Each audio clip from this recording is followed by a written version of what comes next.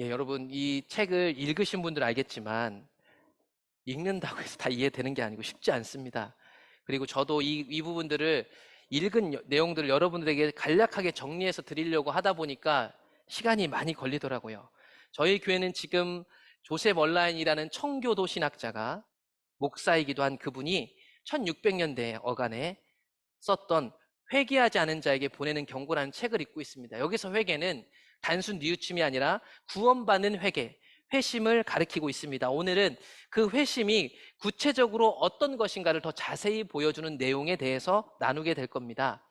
우리가 오늘 읽은 본문에서도 그렇고 지난주에도 봤지만 회심이라는 것은 성경 요한복음에 있는 말씀을 빌려오자면 거듭난다는 것입니다.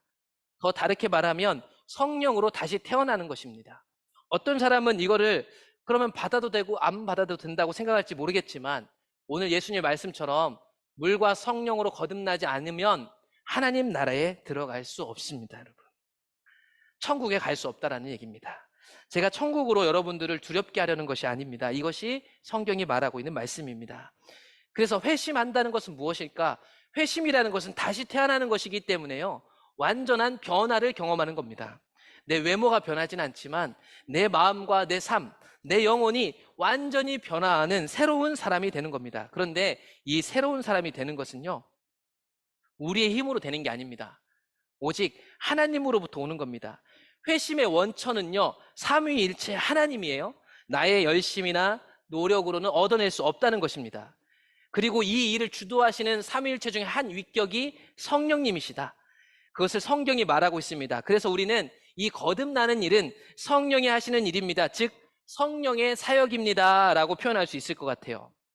데살로니가 후서에 바울이 보낸 편지를 보시게 되면 이렇게 하나님이 선택하고 성령의 거룩하게 하심을 받아서 구원에 이르게 되는 회심에 대해서 얘기할 때 이 모든 일이 성령의 일입니다 라는 것을 분명히 하고 있고요. 디도한테 편지를 보낼 때에도 이 부분을 얘기하기를 우리를 구원하시되 우리가 행한 바 의로운 행위로 말미암지 아니하고 오직 그의 긍휼하심을 따라 중생의 씻음과 성령의 새롭게 하심으로 하셨나니. 보세요, 우리가 아무리 교회 열심히 다니고 직분을 하고 저처럼 설교를 아무리 유창하게 하고 하나님 말씀 올바르게 전한다 해도 그것으로 성령의 새롭게 하심을 받는 게 아닙니다. 그것은 오직 하나님의 주도권에 아래 있는 거예요. 하나님의 주도권. 거듭난다는 것은 하나님께 달려있는 일이기 때문에 우리의 손을 벗어난 일입니다. 요한복음으로 다시 돌아오시면 예수님이 얘기하죠. 영접하는 자에게 하나님의 자녀가 되는 권세를 주셨는데 이 영접하는 일, 이 선택받는 일이 오직 하나님께로부터 난 것이다 라고 얘기하고 있습니다. 그러니까 보세요, 혈통으로, 그러니까 내가 유대인이고 이스라엘 백성이라고 해서 받는 게 아니고 내 마음의 정으로 예수님을 볼 때 너는 조금 나와 가까웠지, 이것으로 된 게 아니라는 거예요. 사람의 생각과 다르고요, 철저하게 하나님의 의지에 달린 일입니다. 우리 엄마 아빠가 권사님이고 목사님이고 필요가 없어요. 그게 좋은 방편은 될 수 있지만 그런 혈통으로 성령 받는 거 아니에요. 우리 엄마 아빠가 성령 받았다고 나도 당연히 받겠지라는 게 아니라는 거예요. 오직 하나님께 난 자로 받는 겁니다. 다시 한번 강조드리지만요, 이 책을 읽고 이해하고 내가 지적으로 받아들이고 동의한다고 해서 회심되는 거 아닙니다. 우리의 회심은 철저하게 하나님께 달려있는 일이에요. 다만 그러면 누군가는 저에게 질문하겠죠. 그러면 하나님 일인데 우리 굳이 이렇게까지 알고 공부할 필요가 있냐? 이렇게 생각할지 모르겠지만 우리가 이런 일들을 하는 이유는 뭐냐면 주님이 우리에게 오실 텐데, 우리를 회심하게 하실 텐데 이것을 간절히 바라는 마음을 품으려고 우리는 이 일들을 하는 거예요. 이걸 다른 말로 얘기하면 우리가 하나님을 향한 갈망, 열망 때문에 지금 우리는 이 책을 읽고 이걸 읽기 시작한 겁니다. 또 하나는요, 주님이 이 일들을 하실 때 이 책을 통해서 혹시 우리가 만들어 놓은 방해물이 있다면 방해물을 치우고 싶은 거예요. 그래서 열망의 또 다른 이름은 내 안에 있는 방해물을 치우고 싶다라는 마음입니다.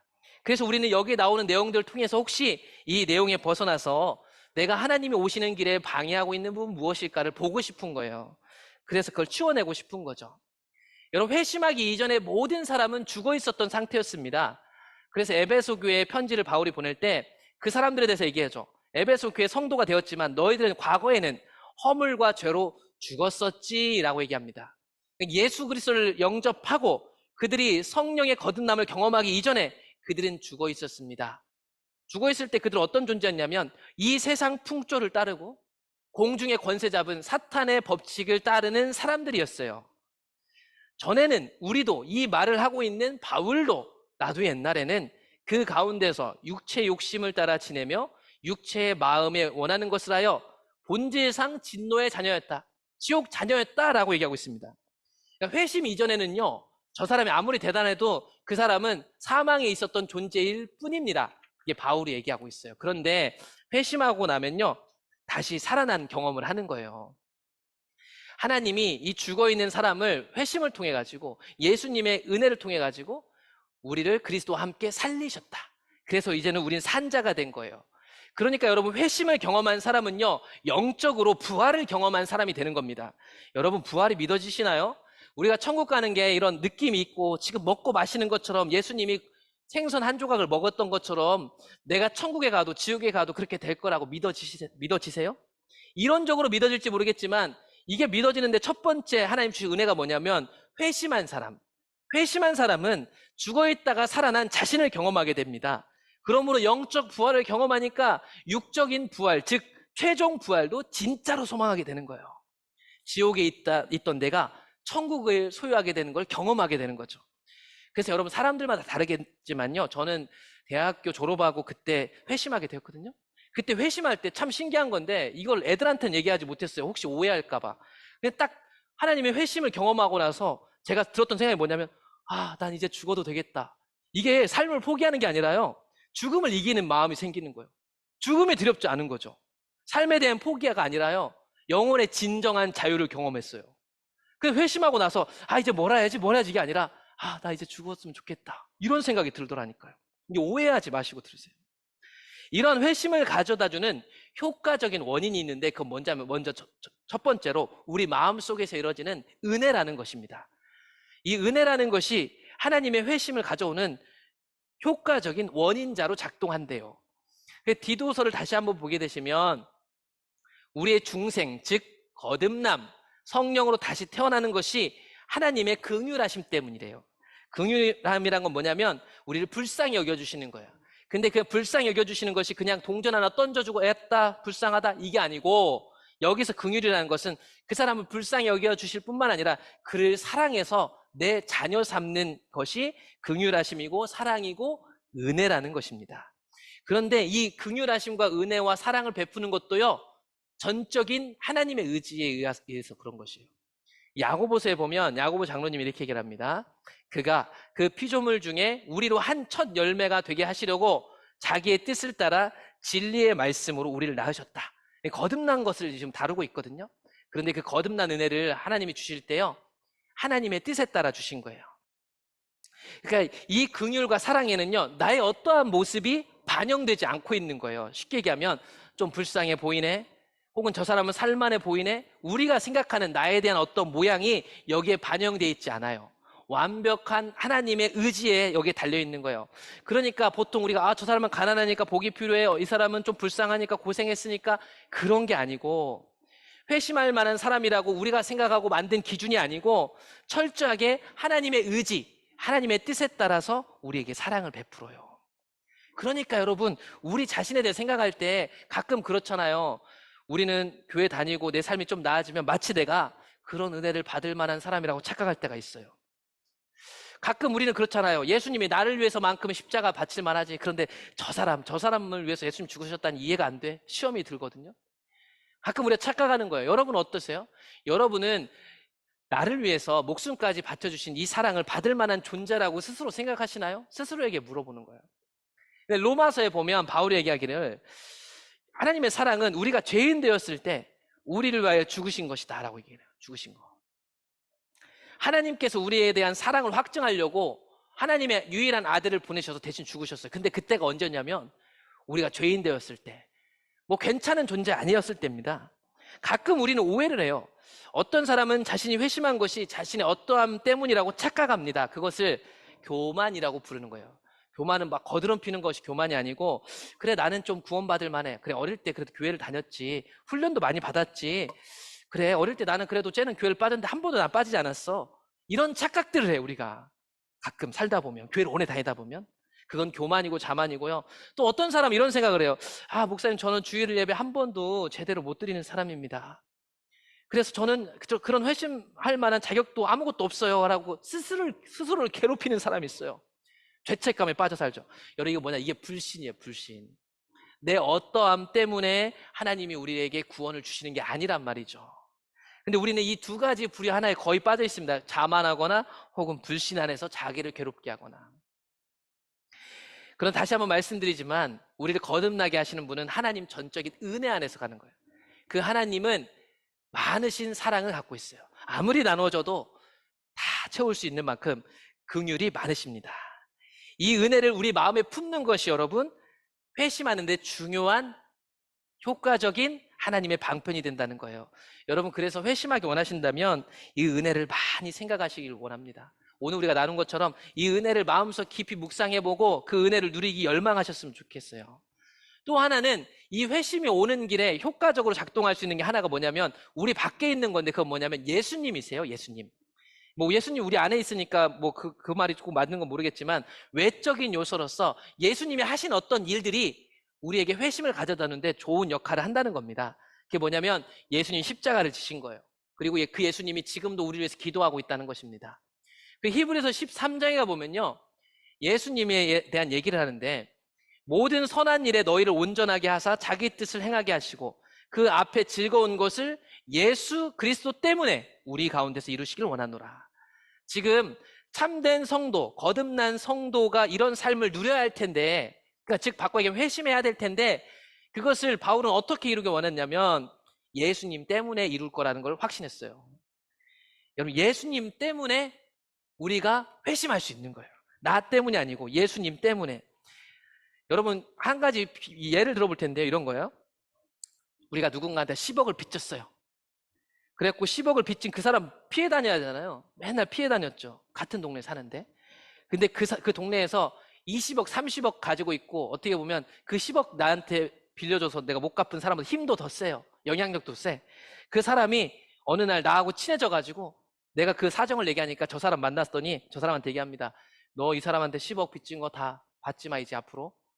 나하고 친하니까 받지 마. 이렇게 얘기를 해줘요. 그것도 참 감사한 거죠. 그런데 빚은 탕감된 게 아니거든요. 그래서 여전히 그 사람 지나갈 때 보면 어떻게 돼요? 주눅 들어요. 예.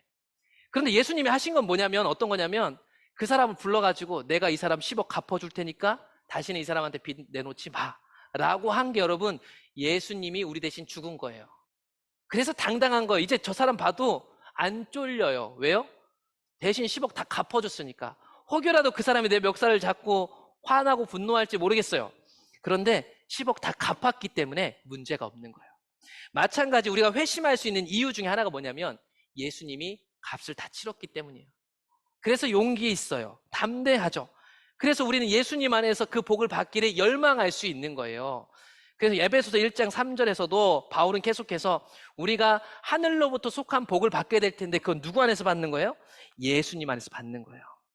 그래서 여러분 우리가 거듭난다는 것은요 하나님의 사랑을 받는다는 것은 추상적이지 않아요. 확실해요. 하나님이 우리를 사랑한다는 증거가 사랑하는 것 같기도 하고 그렇지 않은 것 같기도 하고 그건 이상한 거예요. 여러분 그 이상한 상태에 놓여있지 마세요. 하나님은요 우리를 사랑하세요. 그 확실한 증거가 뭐예요? 예수님이세요. 예수님. 확실하단 말이에요. 그 십자가를 붙들고 확실히 갈 수 있다는 하나님이 증표로 예수님을 주신 거예요. 그래서 우리가 예전에도 다뤘는데 요한복음 4장에서 진짜 예배를 드리려고 할 때 예수님이 하신 얘기가 그 얘기예요. 하나님은 영이신데 그 예배하는 자가 진짜로 예배할 때가 오는데 그때 언제냐면 영과 진리로 예배할 때래요. 즉 무슨 얘기냐? 우리 안에 계신 성령으로 예배할 때가 온다는 거예요. 바꿔 얘기할까요? 나의 어떠함이 아니고 예수님이라는 진리를 붙잡고 예배하는 거예요. 그래서 한 주 동안 여러분들이 어떤 삶을 사는지 저는 아무것도 몰라요. 그런데 여러분들이 어떤 삶을 사는 가진 자신감으로 오거나 혹은 죄책감으로 지금 엎드리는 게 아니고 예수님으로 예배하고 있는 거예요. 우린 지금 이 순간. 그러니까 우리 같이 어떻게 보면 악한 우리가 이렇게 뻔뻔스럽게 하나님 앞에 예배할 수 있는 이유는 하나님이 예수님을 통해서 그 10억을 다 갚아줬기 때문이에요. 그러니까 우리가 여기서 담대하게 예배할 수 있는 거예요. 예수님 앞에서 움츠러들지 마세요. 하나님 앞에서 움츠러들 필요가 없어요. 하나님이 우리의 값을 다 치르셨기 때문이에요. 그 예수님이 우리가 회심하는데 중요한 요소가 된다는 거예요. 그리고 그 예수님이 또 하나 하고 계신 게 뭐냐면 기도하고 계세요. 요한복음 17장에 보면 예수님이 기도한 내용이 있거든요. 하나님, 내가 기도하는데요.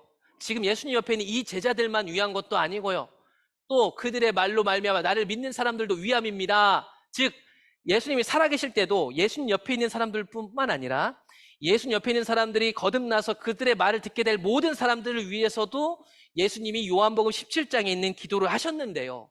그 기도가 그때 끝난 게 아니라 히브리서 7장에 보면 지금도 그 예수님이 기도하고 있다라고 히브리서 기자가 기록하고 있습니다. 예수님은 영원히 계심으로 그 제사장 직분도 갈리지 아니하니라. 그러므로 자기를 힘입어 하나님께 나아가는 자들을 온전히 구원하실 수 있으니 이는 그가 항상 살아계셔서 그들을 위하여 간구하심이라. 여러분, 예수님이 지금도 여러분들이 회심하도록 기도하고 있어요. 여러분 안에서 저 하늘에서요, 우리가 회심하여 하나님 나라에 들어오기를 열망하셔서 기도하고 계시단 말이에요. 그 예수님이 오늘도 우리를 거룩하게 하시려고 끊임없이 기도하고 계십니다. 요한복음 17장에 있는 그 예수님의 기도를 계속 보시면 그들을 위하여 내가 나를 거룩하게 하오니 이는 그들도 진리로 거룩함을 얻게 하려 함이니라. 이게 예수님이 가지셨던 열망이셨기 때문에 결국에는 예수님이 십자가에 못 박히신 겁니다.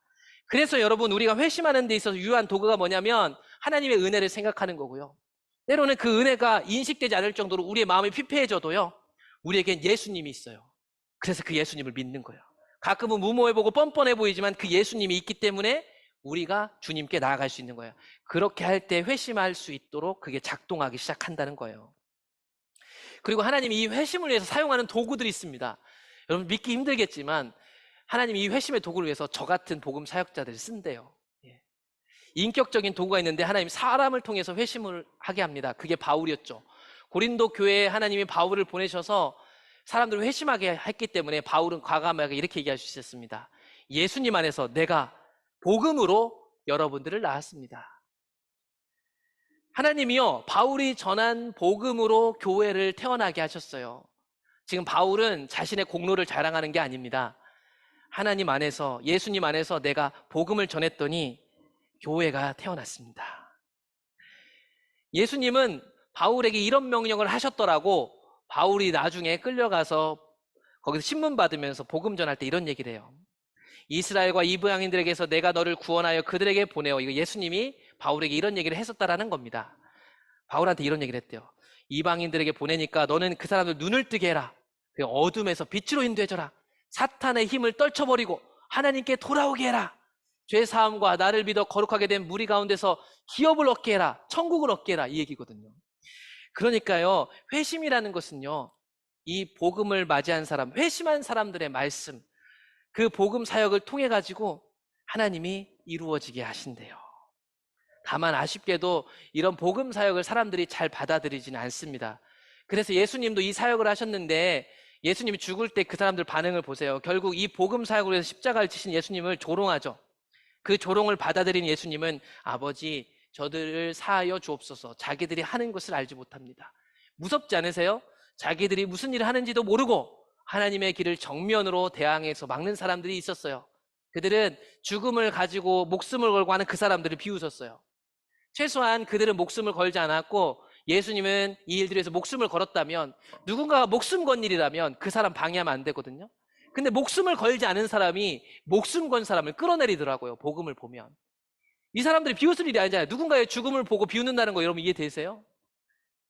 근데 그들은 얘기했습니다. 저 사람이 남은 구원한다고 하더니 만일 하나님 택하신 자 그리스도면 자신도 구원하라지 하고 비웃었어요. 그런데 예수님은 죽음을 택하셨죠. 예수님을 따른 사람 다 똑같은 모양이에요. 초대교회에 첫 번째로 세워졌던 스데반 집사님이요, 이런 예수님처럼 복음을 전파합니다.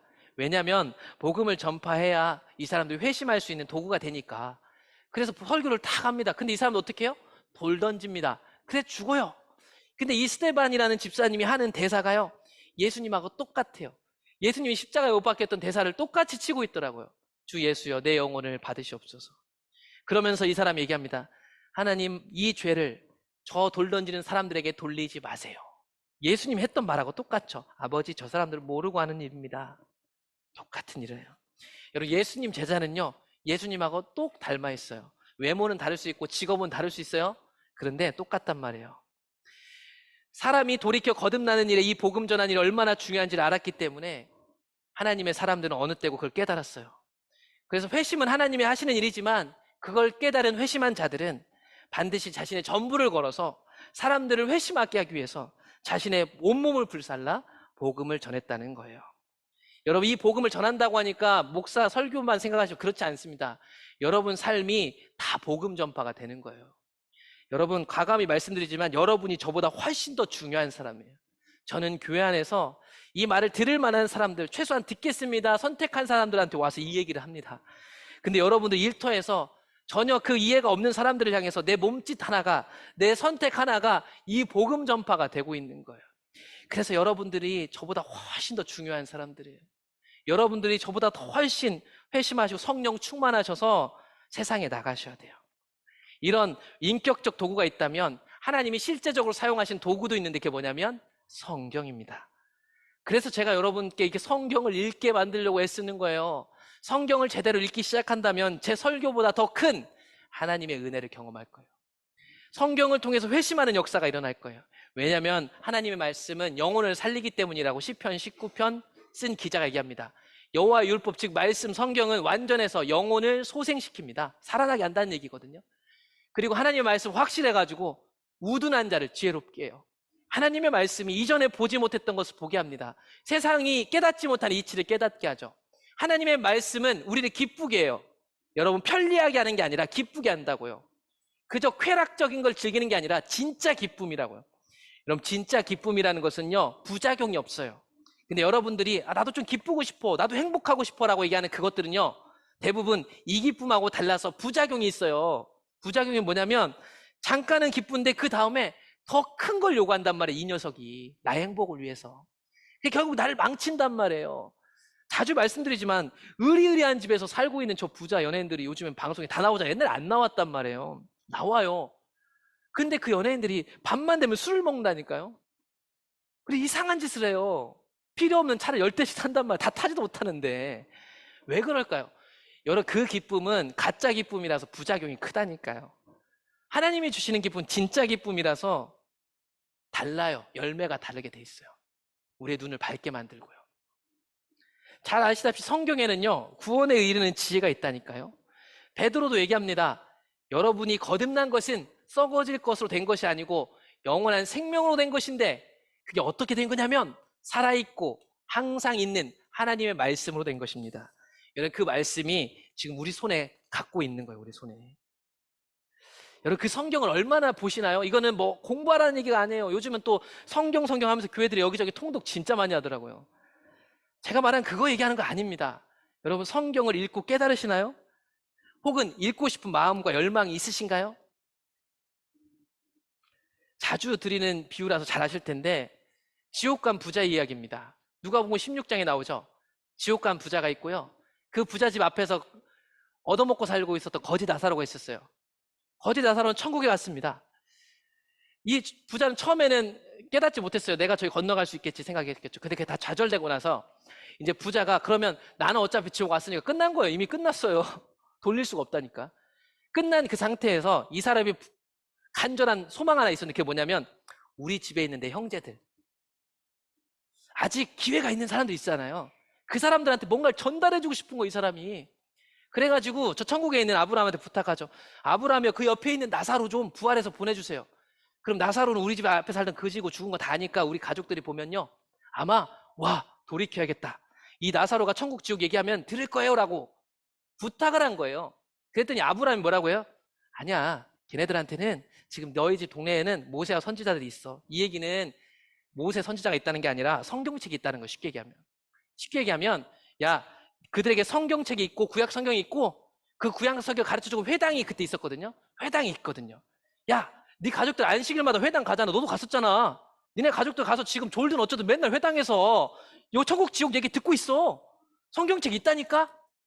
부자니까 성경책 반드시 있었을 거예요. 그 얘기를 하는 거예요.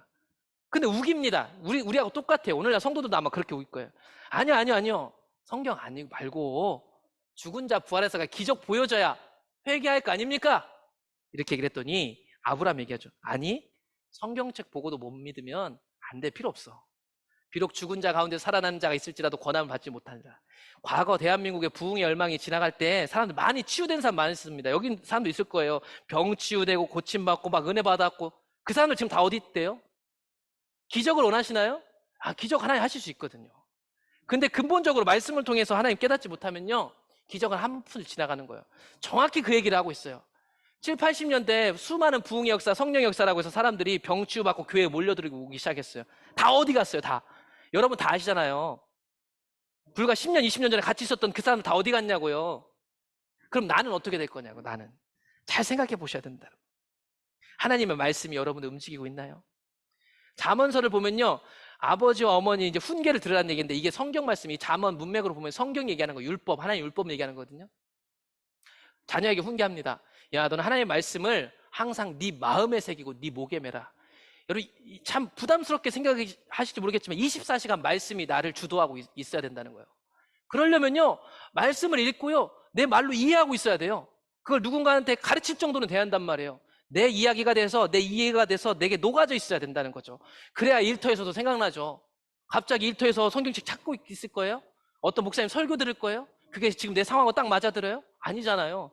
성경 전체가요, 내 머릿속에 이야기로 다 존재하고 있어야 돼요. 나의 이야기로. 그래서 이 말씀이 내게 등불이 되는 거예요. 내가 길을 걸어가는데 어두운 길에 등불이 되는 거죠. 빛이 되는 거예요. 훈계와 책망이 내게 들려오는 거예요. 그게 말씀이 우리를 가르치는 길이에요. 이 말씀이 우리를 살게 합니다. 우리 93절, 119편 함께 읽겠습니다. 내가 주의 법도들을 영원히 잊지 아니하오니 주께서 이것들 때문에 나를 살게 하심이니이다. 아멘. 하나님 말씀이 우리를 살리는 거예요. 여러분 내용이 많은데 집중하셔서 끝까지 쫓아오셔야 됩니다. 좀 많아요. 이게 제가 오래 안 하려고 해서. 이 회심을 통해서 하나님이 이루시는 궁극적인 목적은 뭐냐면 우리를 구원하시려는 거고요, 하나님의 영광을 드러내려고 하는 거예요. 여러분 구원이라는 것을 단순히 천국으로만 좁게 생각하지 마세요. 구원받아서 천국 갈 백성은요, 이 땅에서 그 구원을 누려요. 그래서 이 땅에 많은 어려움과 두려움과 모든 도전들이 있는데 그 속에서 하나님의 성령과 함께 그것을 이겨내요. 하나님의 도와주심을 경험하죠. 그래서 구원이란 말이 거창한데요, 신약성경에 나오는 구원이란 말은 천국 가는 구원만을 말하지 않고 하나님의 도와주심을 가리키기도 합니다. 그러니까 하나님이 회심하게 하셔서 하시려는 이유는 뭐냐면 우리를 구원받게 할 뿐만 아니라 그 구원을 누림으로 날마다 새롭게 하나님과 동행하기 위해서, 그 동행에서 하나님의 도우심을 받기 위해서 하나님이 우리에게 회심을 허락하는 거예요. 천국까지 튼튼하게 인도해 가시려고. 그런 과정에서 하나님이 우리를 영화롭게 합니다. 로마서 8장에 보시면 하나님이 미리 택하신 자들을 부르세요. 그리고 의롭다 하세요. 즉 뭐예요? 회심하게 하시겠죠. 그리고 그들을 영광스럽게 한대요. 영화롭게 한다는 것은. 영광스럽게 한다는 말을 좀 바꿔 얘기하면 하나님이 반짝반짝 빛나게 한다는 거예요. 그래서 내가 우리 직장에서 반짝반짝 빛나요. 막 자기를 자랑하고 선전해서가 아니라 저 사람은 반짝반짝 빛나는 사람이 되는 거예요. 그래서 세상 사람들이 내 반짝반짝 빛나는 걸 가지고 하나님의 영광을 드러내는 거예요. 이사야에 보시면 하나님의 백성이 다 의롭게 돼가지고 하나님의 영광을 나타낼 것이다 라고 얘기하고 있어요. 이게 정확하게 회심한 사람들이 하는 일이죠. 그래서 우리는 내가 교회 다녔더니 뭐 했더니 그런 얘기를 덧붙일 필요 없이 여러분 직장에서 빛이 난다니까요. 그 영광 때문에 사람들이 우리 얼굴에 있는 영광, 내 일터에 있는 영광, 내 삶을 통해서 나타나는 영광 때문에 하나님의 영광을 보는 거예요. 베드로도 그래서 그 얘기하고 있는 거예요. 여러분들은 택하신 족속입니다. 왕같은 제사장들이죠. 거룩한 나라예요. 하나님의 소유가 된 백성입니다. 이것은 여러분들을 어두운 데서 불러내어 그의 기이한 빛에 들어가 계신 이에 아름다운 덕을 선포하게 하려 하시기 때문에 이 일들을 한 겁니다. 그러니까 우리의 삶 자체가요, 이런 하나님의 덕을 선포하는 거예요. 그래서 제가 제일 문제죠. 저는 교회에서 말로 다 설명하잖아요. 그래서 여러분은 훨씬 더 중요한 거예요. 여러분 삶 속에서 다양한 퍼져 있는 삶 속에 여러분 모양이 얼마나 달라요? 너무 멋있는 것 같아요. 다 수고하는 일들이 다 다를 텐데 돈을 많이 벌고 적게 버는 게 중요한 게 아니라 그 자리에서 내 일터에서 내가 흘리는 땀과 내가 하는 수고와 내 가정을 섬기는 어떤 일들이 하나님의 아름다운 덕을 선포하고 있는 거예요. 너무나도 멋있는 거예요. 저보다 훨씬 귀한 일들을 하고 있는 거예요. 여러분 이 회심해야 될 대상은요, 택함받은 죄인이라는 걸 인식하셔야 됩니다. 바꿔 좀 간단히 얘기하면 아까 로마서 8장 30절에 보시는 바와 같이 하나님이 선택한 자들을 불렀다는 거예요. 우리는 여전히 죄의 여러 가지 잔재들을 보지만 그 죄의 잔재들을 갖고 있음에도 불구하고 우리가 나은 것은 하나님의 선택을 받았다라는 것입니다. 그래서 몇 가지 오해들이 있을 것 같아서 이 책이 그 오해들에 대해서 얘기하는데, 이 택하심 교리를 갖고 오면 어떤 사람은 회심하고 어떤 사람은 왜 회심하지 못하냐, 왜 하나님의 손에 달려있는데 누군가는 저 사람 열심히 하는데 왜 회심하지 못하냐, 이거에 대해서 고민하는 것에 대해 답변을 해놨어요. 이 하나님의 택한 사람에 대해서 여러분 우리가 주목해야 할 것은 저 사람이 택함 받았나 택함 받지 않았나라는 걸 보라고 이 교리를 준 게 아니에요. 읽어보겠습니다. 택하심을 받았는가 혹은 나는 택하심 못 받았는가에 대한 고심을 하라는 게 아니고, 내가 회심한 것이 맞는지 깊이 살펴보고, 만일 여러분이 회심했다면 하나님이 당신을 선택한 증거니까 의심하지 말고 선택받은 사람답게 살라는 것입니다. 그러니까 여러분이 회심하셨다면 하나님이 날 선택했다는 것이 엄청난 은혜로 다가올 거예요. 그거를 다른 사람이 선택받았나 안 받았나 볼 필요 없어요. 그렇게 하라고 준 게 아니란 말이에요. 만일 내가 회심하지 않은 것이 확실하다는 증거들이 말씀을 통해서 여러 가지로 발견된다면 우리가 해야 될 것은 아이고 난 선택받지 않았네 생각할 게 아니고, 나도 회심하기를 열망해야겠다라는 마음을 가지라는 겁니다. 이게 선택 교리에 담겨져 있는 비밀이에요. 왜냐하면 하나님의 선택에 대한 기준과 원리를 성경에 기록하고 있지 않기 때문이에요. 오로지 하나님의 의지예요. 우리에게는 숨겨져 있는 비밀이에요. 그리고 회심하게 되신다면 이 회심한 이는 이게 숨겨져 있다는 것이 얼마나 큰 은혜인지를 깨닫게 됩니다. 여러분 생각해 보세요. 만약에 하나님이 어떤 이 선택 기준을 딱 정확히 제시했다고 생각해 보세요. 그러면 여러분 쉬울 거라고 생각하지만 그렇지 않습니다.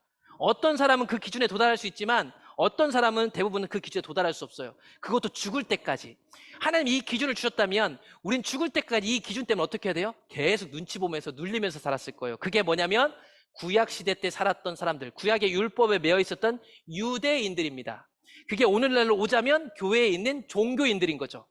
그래서 예수님을 믿고 천국 갈 사람이라고 얘기하면서 맨날 목사 눈치를 보고, 교회에서 여러 사람들이 날 어떻게 평가하는 거 눈치 보고, 교회 활동을 열심히 했느냐 안 했느냐, 프로그램을 통과했느냐 안 했느냐라고 자부심을 갖고, 그 사람들이 여러분 다 잘못된 신앙 가운데 있는 사람들. 여러분 지금까지라도 그렇게 살아왔다면 벗으셔야 돼요. 자유로워지셔야 돼요. 하나님이 나에게 주신 이 선택을 마음껏 누리셔야 돼요. 여러분 삶 속에서 누리시고 그게 참 신앙이라는 걸 다시 한번 확인하시고 확실하게 나가시길 축복합니다. 이 선택 교리를 잘못 사용하는 사람들은 다 이 두 가지 케이스예요. 이런 케이스. 만약 하나님이 나를 선택하셨다면 내가 무슨 짓을 해도 나는 구원받기 때문에 나는 하고 싶은 대로 하면 된다. 이게 구원파적 믿음이라고 우리가 보통 얘기하는 거죠. 반대로 어떤 사람은 만약 하나님이 나를 택하지 않으셨다면 내가 무슨 짓을 해도 어차피 나는 내가 할 수 있는 게 없다며, 그럼 나 어차피 지옥 가네? 어차피 지옥 갈 거 나는 마음대로 하고 살면 된다. 여러분 이 두 말이 대부분 이 선택하셨다라는 교리를 들을 때 불편해하는 사람들이 갖고 있는 두 가지 생각이에요. 그런데 이 생각이 어디서 나온 줄 아세요? 다 맨 뒤에 있는 이것 때문에 나오는 거예요. 나는 하고 싶은 대로 하면 된다. 즉 여러분 이 선택은, 하나님의 선택 교리는 이런 거 하라고 준 게 아니거든요.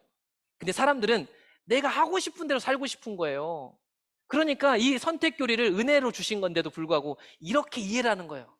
바보 같은 거죠. 자기를 몰라요. 이걸 잘 이해해서 이렇게 생각했다고 생각해, 논리적으로. 그런데 이 말의 끝에는 결국에는 자기의 욕망이 있는 거예요. 내 마음대로 살고 싶은 욕망. 내 주인 대신 하나님 뜻대로가 아니라 내 마음대로 살고 싶은 욕망. 그런데 하나님이 이 회심을 얘기하는 이유는 간단합니다. 구원하고 싶은 거예요. 뭐 너 선택받았는지 선택 안 받았는지 확인하라는 적 없어요. 회개하고 돌이켜 너희 죄 없이 함을 받으라. 하나님 우리에게 원하시는 건 불안과 두려움이 아닙니다. 혹은 막연한 긍정이나 낙천적인 태도로 교회에 왔다 갔다 하는 거 아니에요. 하나님께 돌이켜서 진짜 살라고 하는 거예요. 여러분들 우리가 육신대로 살면 반드시 죽을 것이로되 하나님의 성령으로 살면, 몸의 행실을 죽이면 살게 될 것입니다. 그러니까 하나님 우리한테 요청하는 것은 살라는 겁니다. 우리를 죽이려는 게 아니에요. 살라는 거예요.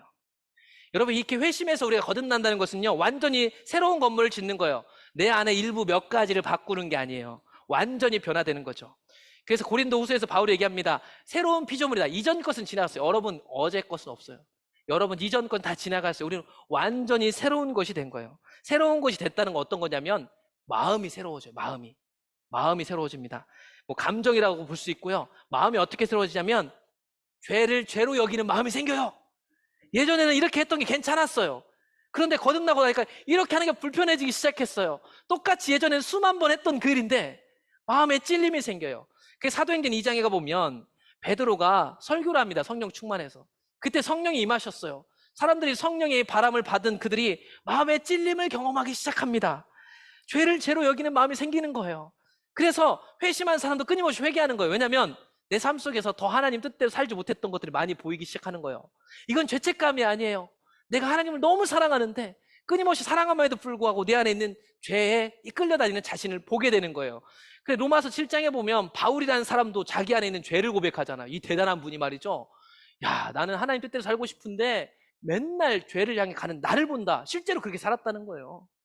자기가 깨달은 게 뭐냐면 나는 하나님이 원하시는 걸 아는데 하나님 원하시는 대로 하지 않으려고 하고 오히려 미워하는 것을 행하고 있는 나를 발견한다.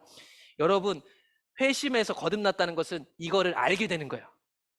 이걸 모르는 사람은 이사 회심하지 않은 거예요. 회심했다는 것은 죄를 알고 죄를 사랑하고 있는 나를 발견하기 시작한 거예요.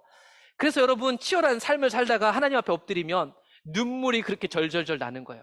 이 눈물은 하나님 앞에 드리는 사랑의 눈물이에요. 애통함의 눈물이고. 그 삶의 목적이 달라져요. 그래서 빌립보서에 보면 사도 바울이 얘기합니다. 이제 감옥에 갇혀 있을 때잖아요. 언제 사형수로 불러서 죽일지 몰라요. 죽음과 삶 가운데 있는 바울이 얘기합니다. 차라리 세상을 떠나서 예수님과 함께 있는 것이 훨씬 더 좋겠다. 나는 그렇게 하고 싶어. 그런데 내가 육신으로 있는 것이 너희를 위하여 더 유익하리라. 바울은요, 생명, 이 땅에서 하루 더 사는 거에 대한 소망이 없었던 사람. 아까 제가 말했잖아요. 회심한 사람은요, 죽음에 끌려다니지 않는다니까요. 다만 살아있는 이유가 뭐예요? 사명자라서. 감옥에 갇혀 있는데도 왜 살아있는 줄 아세요? 지금 교회를 위해서 바울이 할 일이 남아있다는 걸 알았어요. 그래서 이 사람은 목숨을 걸고 그 일을 하고 있는 거예요. 가치관이 달라져요. 가치관이 달라져. 나를 기쁘게 하는 거, 나를 슬프게 하는 기준이 달라지고 관심 분야가 달라지는 거예요. 히브리서 11장에 보면 그래서 모세는 애굽의 왕자였지만 바로의 공주의 아들이라 칭함을 거절하고 하나님의 백성과 함께 고난받기를 잠시 죄악의 낙을 누리는 것보다 더 좋아하고 그리스도를 위하여 받는 수모를 애굽의 모든 보화보다 더 큰 재물로 여겼으니 이것은 상 주시는 분을 바라봤기 때문이다. 여러분, 거듭난 사람은 이렇게 마음, 생각, 죄에 대한 모든 생각들이 달라져요. 가치관 달라지죠. 게다가 내 몸의 지체들이 새로워집니다. 바꿔 얘기하면 의지가 생겨요. 의지. 그래서 바울을 보시면 바울이 복음 전하는 데 있어서 도전이 한두 번 있었겠어요? 그런데 이 사람은요, 자신이 그 도전을 이기기 위해서 자기의 몸을 복종하게 했대요. 왜요? 내가 남에게 전파한 후에 자신이 도리어 버림을 당할까 두려워합니다. 이건 거룩한 두려움이라는 거예요. 집착이 아니고. 그러니까 회심한 사람은요, 하나님이 원하시는 길을 가는 게 쉽지는 않겠지만 거기에 내 의지를 드립니다. 그러므로 골로새 교회한테도 얘기했어요. 땅에 있는 지체를 죽이라. 이런 것들, 음란, 부정, 사욕, 악한 정욕과 탐심, 욕심들. 여러분, 우리 다 끌려 살잖아요. 저도 이게 얼마나 많은지 모르겠어요. 근데 이거를 죽이려는 의지가 발동돼요. 우리 안에서 성령이 이걸 그냥 내버려두지 않는단 말이에요. 그래서 씨름한단 말이에요. 그래서 기도하는 거예요. 오늘날 성도들은 왜 기도 안 해요? 이 싸움을 안 하니까. 이 싸움을 하는 사람은 기도한다니까요. 새벽이고 저녁이고 뭐 어디 와서든 기도한다니까요. 집에서 하고 할 수 있어요. 그런데 이 싸움이 만만치 않거든요. 그래서 예수님은 이렇게까지 얘기하잖아요. 오른 눈이 실족하면 오른 눈 빼버리래요. 이것도 애들한테 말 못했어요. 혹시 우리 순수한 아이들 중에 누가 자기 눈을 막 잡아 빼려고 할까 봐. 근데 여러분, 이 말을 잘 보세요. 이만큼 우리가 얼마만큼 한 주 동안에 그렇게 해요. 근데 그만큼 우리의 의지가 이런 상태라고요. 그걸 아는데 회심한 사람은 이걸 알고요, 하나님께 의지를 드리려고 자신의 몸을 처복종케 한단 말이에요. 눈을 뽑을 각오로, 오른손을 찍어낼 정도로 그런 각오를 하는 의지력이 발동된대요. 오늘날 사람들이 그래요. 목사님, 의지가 안 생겨요. 왜 의지가 안 생기는지 잘 생각해 보세요. 왜? 여러 가지 이유가 있을 수 있겠죠. 그런데 가장 제1 원인은 우리가 회심하지 않았거나 혹은 회심했음에도 불구하고 성령 충만한 길에서 벗어나 곁길로 빠져 있을 가능성이 높습니다. 그러므로 회심하게 되면 결국 삶이 바뀌게 돼 있는데 그 열매가 뭐냐면 예수님을 위한 삶으로 변해요. 제가 이 얘기하면 사람들은 다 교회 생각만 할 거예요. 저는 교회 얘기하는 게 아니에요. 여러분들에게 주신 예수님을 위한 삶을 찾아가세요. 누구든지 제 목숨을 구원하고자 하면 잃을 것이요 누구든지 나를 위하여 제 목숨을 잃으면 찾을 것이다. 예수님을 위해서 목숨을 잃는 거. 예수님을 위한 것은 간단합니다. 내 주변에 있는 지극히 작은 자 하나에게 한 것이 마치 예수님이 한 것처럼 여겨주신대요. 물론 이 지극히 작은 자에 대해서 우리는 쉽게 생각하고 싶습니다. 정해주었으면 좋겠어요. 목사님, 그래서 이 지극히 작은 자 하나를 정해주세요.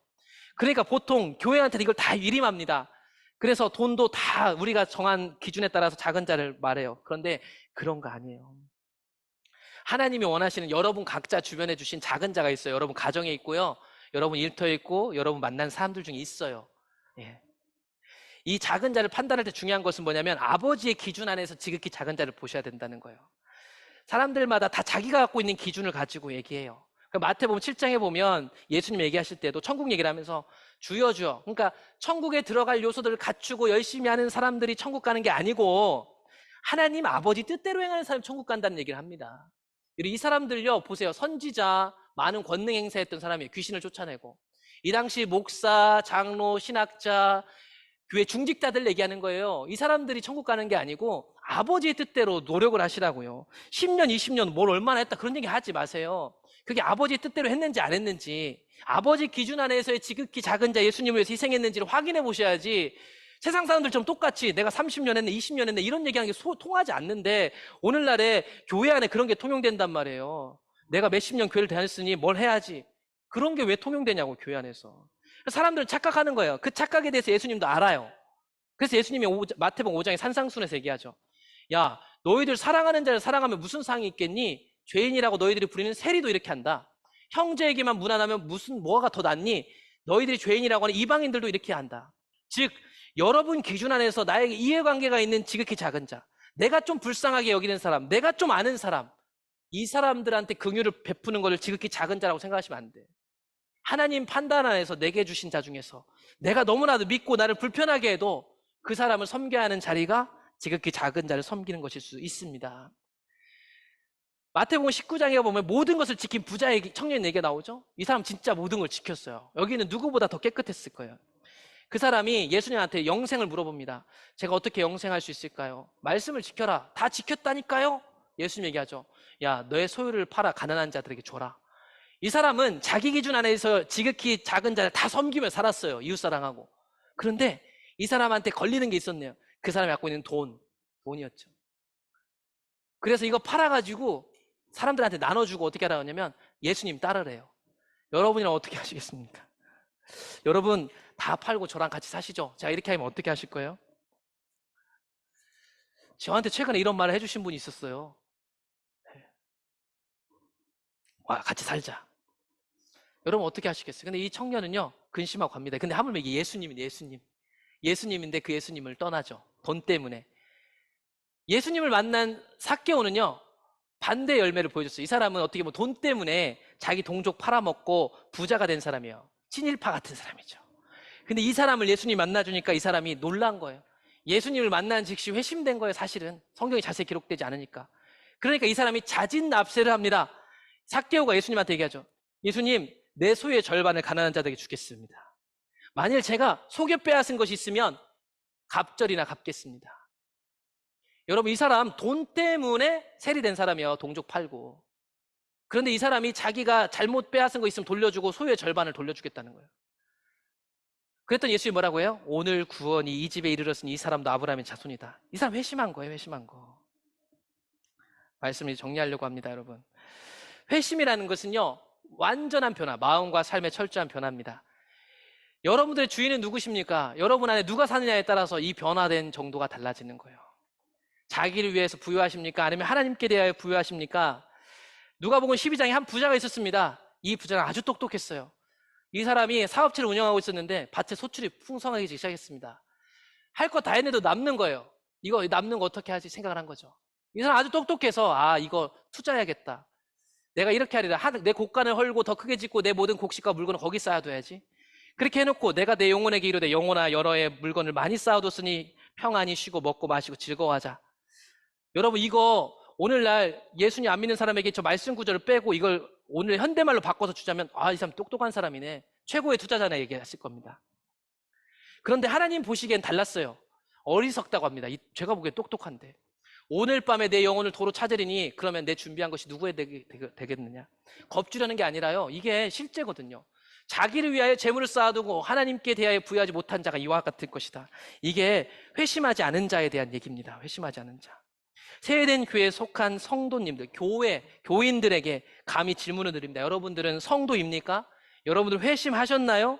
여러분은 하나님 나라 백성입니까? 오늘날 교회가 이런 질문 안 합니다. 성도들 시험 들까봐. 하나님 은혜를 누리고 계십니까? 예수님의 십자가가 든든히 믿어주세요. 제가 복음을 전하는데요, 반응이 되시나요? 여러분은 성경을 읽고 직접 읽고 또한 그곳에 이해하고 계십니까? 혹은 다 차치하고 제가 그렇게 외치는데 여러분 이렇게 되고 싶은 열망이라도 있으신가요? 질문해 보셔요, 스스로에게. 하나님의 목적대로 내 삶에 임하는 구원의 능력과 하나님의 영광을 경험하고 계십니까? 하나님의 선택하심을 느껴서 그 누구에게도 압박받지 않고 자신의 길을 가고 계신가요? 그 비밀을 누리고 계신 여러분으로 인해서 다른 사람이 살게 되시나요? 죄에 대해 민감하게 반응하고 계신가요? 회심하여 완전히 달라진 자신을 보고 계신가요? 여러분의 주인은 누굽니까 도대체? 나입니까? 하나님입니까? 그 긴 여정이 쉽지 않을 거예요.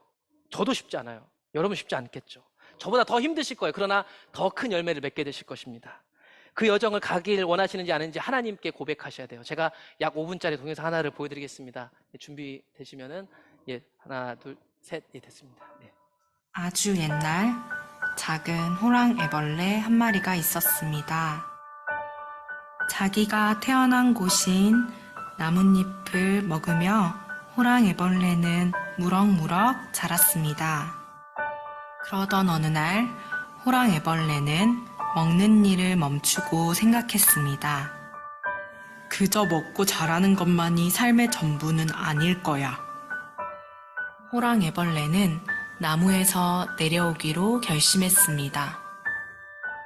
풀과 흙, 작은 곤충들, 자기처럼 기어다니는 애벌레들을 보며 호랑 애벌레는 유난히 가슴이 설레었습니다. 하루는 무척 바삐 기어가고 있는 애벌레 떼를 보았습니다. 어디로 가는 거지? 자연스레 무리를 따라간 호랑 애벌레는 그 기둥이 애벌레 기둥인 것을 알게 되었습니다. 그래, 내가 찾으려는 것이 어쩌면 저곳에 있을지도 몰라. 저 애들이 지금 무얼 하는지 아니? 나도 몰라. 그건 아무도 몰라. 호랑 애벌레도 기둥 속으로 밀고 들어갔습니다. 사방에서 떠밀리고 채이고 밟히고 이런 상황에서 애벌레들은 더 이상 친구가 아니었습니다.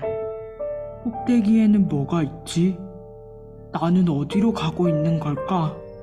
너 방금 뭐라고 했니? 애벌레 틈 사이에서 노랑 애벌레가 말했습니다. 꼭대기까지는 얼마나 남았을까?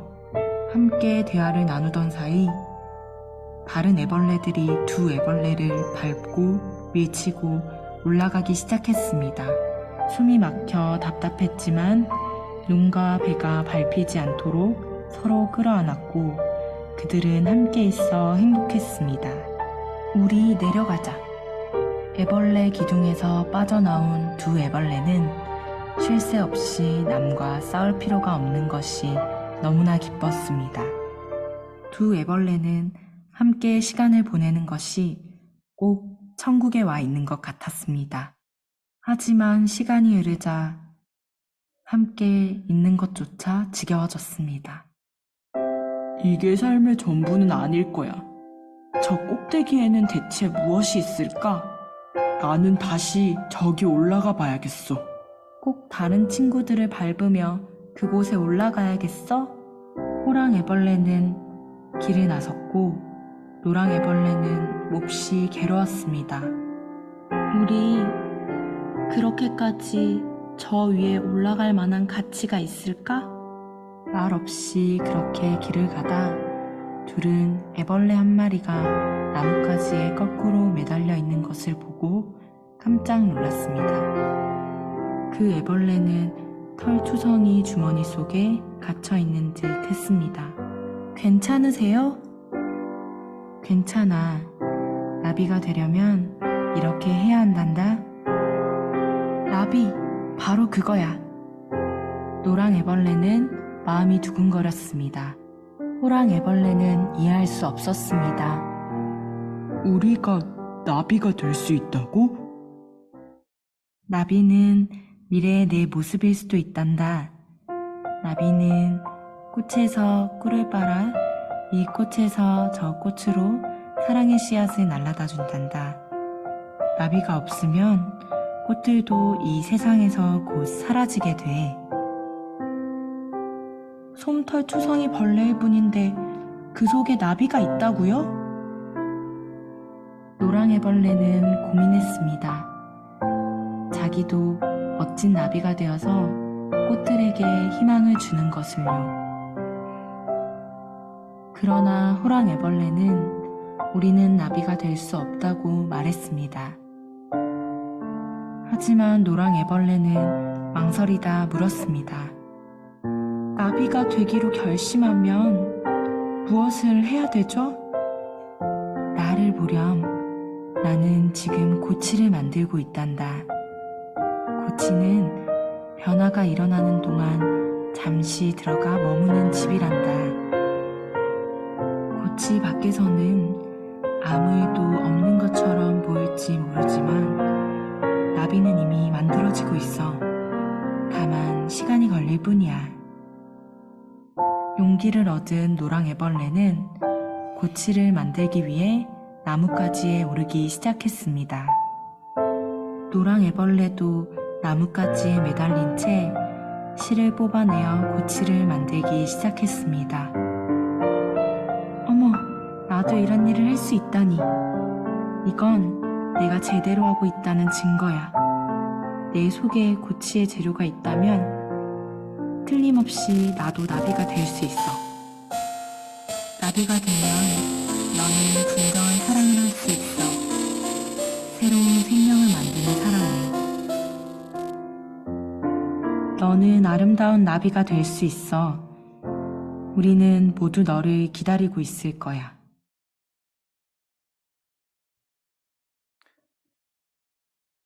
예. 여러분은 나비가 되셔서 날아다니셔야 됩니다. 그래야 세상에 꽃이 핍니다. 우리 같이 일어나서 함께 찬양하겠습니다.